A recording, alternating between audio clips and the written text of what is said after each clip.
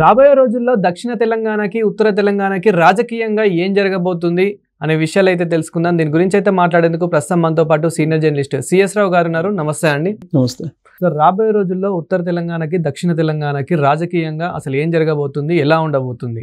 ఇప్పుడు కేసీఆర్ గారి పరిపాలన ఉన్నంత వరకు మేదక్కు దాని చుట్టుపక్కల అభివృద్ధి చేశారు అనేటువంటి అభిప్రాయం రేవంత్ రెడ్డి గారి అభిమానుల్లో బలంగా ఉంది. కాళేశ్వరం కానీ ఇతర ప్రాజెక్టులు కానీ కరీంనగర్ దాకా, మెదక్ నుంచి కరీంనగర్ దాకా ఆయన డెవలప్ చేశారు. దక్షిణ తెలంగాణని ఆయన నిర్లక్ష్యం చేశారు అనేటువంటి అభిప్రాయం ఉంది. దాన్ని రేవంత్ రెడ్డి గారు పదే పదే అనేక వేదికల మీద చెప్తూ ఉన్నారు. ఇప్పుడు రేవంత్ రెడ్డి గారు ముఖ్యమంత్రి అయిన తర్వాత డెవలప్మెంట్ అంతా కూడా దక్షిణ తెలంగాణలో చేస్తున్నారు అనేటువంటిది ఇప్పుడు ఇంకొక అభిప్రాయం తెర మీదకి వస్తుంది. ఎందుకు వస్తుందంటే రీసెంట్గా రిజిస్ట్రేషన్ కార్యాలయాల్ని ఒక స్టార్ హోటల్స్ లాగా తయారు చేసి డెవలప్ చేసేటువంటి కార్యక్రమంలో భాగంగా ఇక్కడ దక్షిణ తెలంగాణలో ఆయన ఆ కార్యాలయాలకు సంబంధించినటువంటి ఫండ్స్ ఇచ్చేసి డెవలప్ చేస్తున్నారు. వాటిని చూసిన తర్వాత రేవంత్ రెడ్డి గారేమో దక్షిణ తెలంగాణ మీద కాన్సన్ట్రేషన్ చేశారు, ఉత్తర తెలంగాణ మీదేమో కేసీఆర్ గారు కాన్సన్ట్రేషన్ చేశారు. సో రాబోయేటువంటి రోజుల్లో ఇలాంటి దక్షిణ తెలంగాణ, ఉత్తర తెలంగాణ అనేటువంటి ప్రాంతీయ ఉద్యమాలు, ప్రాంతీయ అభిప్రాయాలు వచ్చేటువంటి అవకాశం ఉంది అనేది ఇప్పుడు సోషల్ మీడియాలో తాజాగా వైరల్ అవుతున్నటువంటి న్యూస్. దానికి కారణం ఏంటంటే స్టార్ హోటల్స్ మాదిరిగా రిజిస్ట్రేషన్ ఆఫీసెస్ని దక్షిణ తెలంగాణలోనే కొన్ని కోట్ల రూపాయల ఫండింగ్ పెట్టి డెవలప్ చేస్తున్నారట. అదే ఉత్తర తెలంగాణలో ఎందుకు డెవలప్ చేయట్లేదు అని చెప్పి క్వశ్చన్ చేస్తున్నారు. అయితే దానికి కారణం ఉంది. ఇప్పుడు దక్షిణ తెలంగాణ అనేటప్పటికీ హైదరాబాదు, రంగారెడ్డి జిల్లా ఇవన్నీ ఉన్నాయి. ఇప్పుడు లాస్ట్కి ఇప్పుడు రంగారెడ్డి, మహబూబ్ నగర్ ఇవే కదా. ఉత్తర తెలంగాణ అనేటప్పటికీ ఆదిలాబాదు, నిజామాబాదు, కరీంనగర్ ఇవి వస్తాయి. ఈ దక్షిణ తెలంగాణ అనేటప్పటికీ ఖమ్మము, నల్గొండ ఇవన్నీ వస్తాయి. ఇక్కడ ఇరిగేషన్ ప్రాజెక్ట్స్ని చేపట్టలేదు కేసీఆర్ గారు హయాంలో. కేవలం ఇరిగేషన్ ప్రాజెక్ట్స్ అన్ని ఉత్తర తెలంగాణలోనే చేపట్టారు.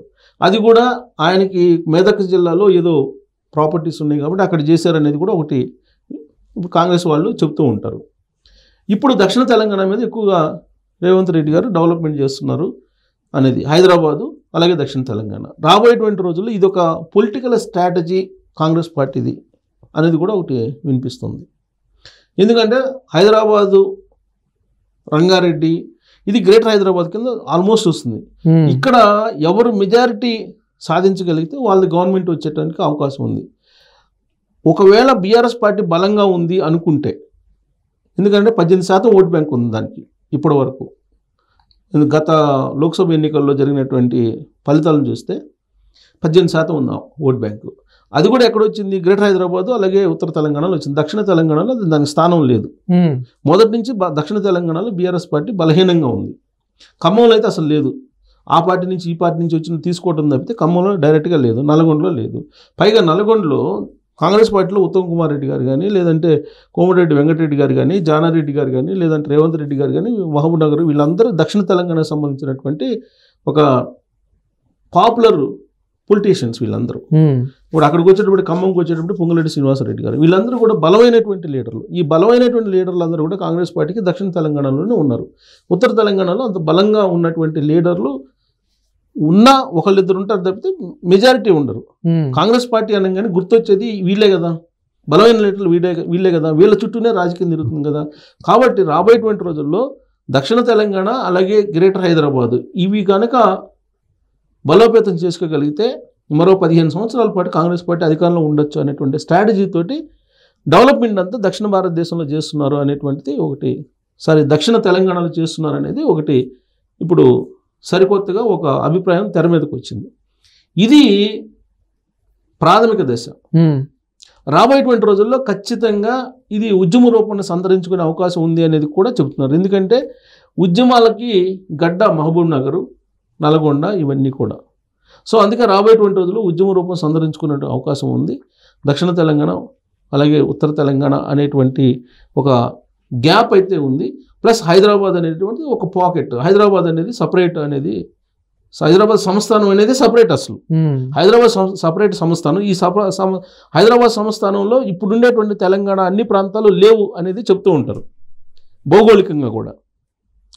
పైగా లింగ్విస్టిక్ పరంగా కూడా అబ్జర్వ్ చేస్తే కనుక మహబూబ్ నగర్ జిల్లాది ఒక రకమైనటువంటి స్లాంగ్ ఉంటుంది, అలాగే కరీంనగర్ది ఇంకో రకమైన స్లాంగ్ ఉంటుంది, ఆదిలాబాద్ది మరొక రకంగా ఉంటుంది, వరంగల్ది ఇంకో రకంగా ఉంటుంది. అంటే కరీంనగర్ వరంగల్ది సుమారుగా ఒక రకంగా ఉంటుంది, బట్ మహబూబ్ నగర్ది డిఫరెంట్, నల్గొండ ఖమ్మంది ఇంకా అసలు డిఫరెంట్. సో ఈ విధంగా లింగ్విస్టిక్ ప్రకారం తీసుకున్నా కానీ స్లాంగ్ ప్రకారం తీసుకున్నా కానీ డిఫరెంట్గా ఉంది. సో కాబట్టి ఇలాంటి గ్యాప్స్ వచ్చే అవకాశం ఉంది భవిష్యత్తులో.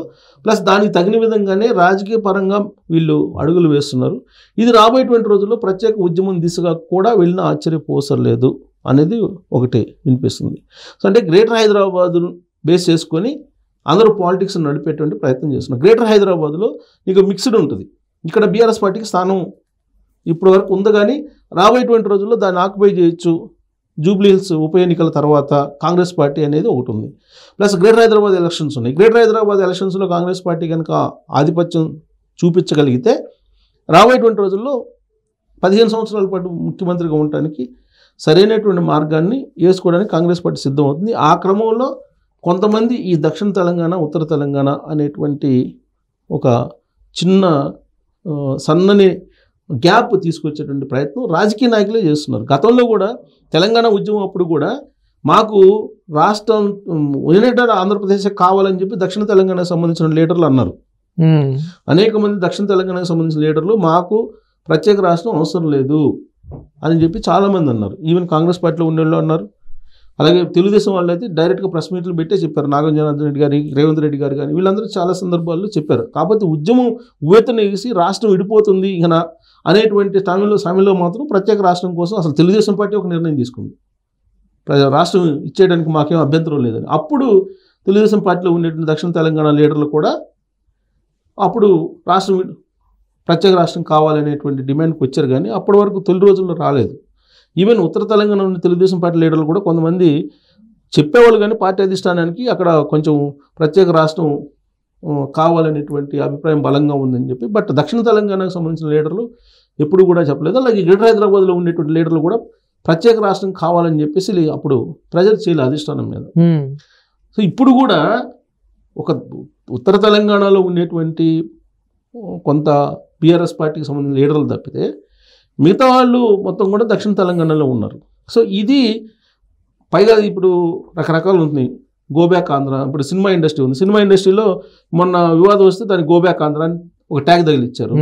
ఇప్పుడు మార్వాడిలో గోబ్యాక్ మార్వాడి అనేటువంటి ఒక ట్యాగ్ తగిలిచ్చి దాన్ని ఒక ఇష్యూ చేశారు. ఈ ఇష్యూలన్నీ రావడానికి కారణం ఏంది? జాతీయవాదం అనేది బలహీనపడింది ఇక్కడ అనేటువంటి విషయాన్ని ఎవరు చెప్తున్నారు? బండి సంజయ్ గారు చెప్తున్నారు. ఇదంతా హిందువుల మధ్యలో పెట్టేటువంటి కుట్ర అని చెప్పి మళ్ళీ అదొక కోణం బండి సంజయ్ గారు తీశారు.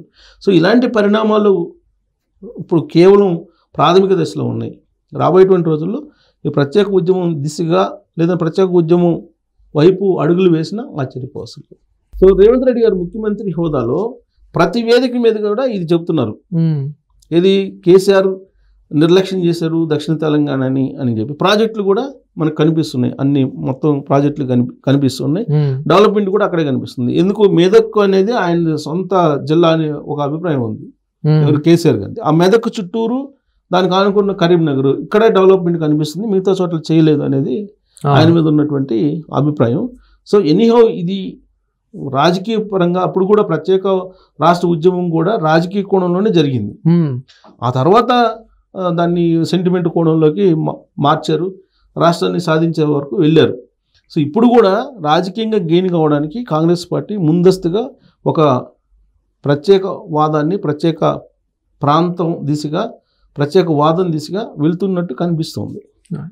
ఇది రాబోయే ఎన్నికల్లో మరి వర్కౌట్ అవుతుందంటే గ్రేటర్ హైదరాబాద్ దక్షిణ తెలంగాణ ఉంటే చాలు, ఎవరైనా గెలుస్తారు. ఇక్కడ ఎవరు బలంగా ఉంటే వాళ్ళు గెలుస్తారు, పర్మనెంట్గా గెలిచే అవకాశం ఉంది. Thank you sir.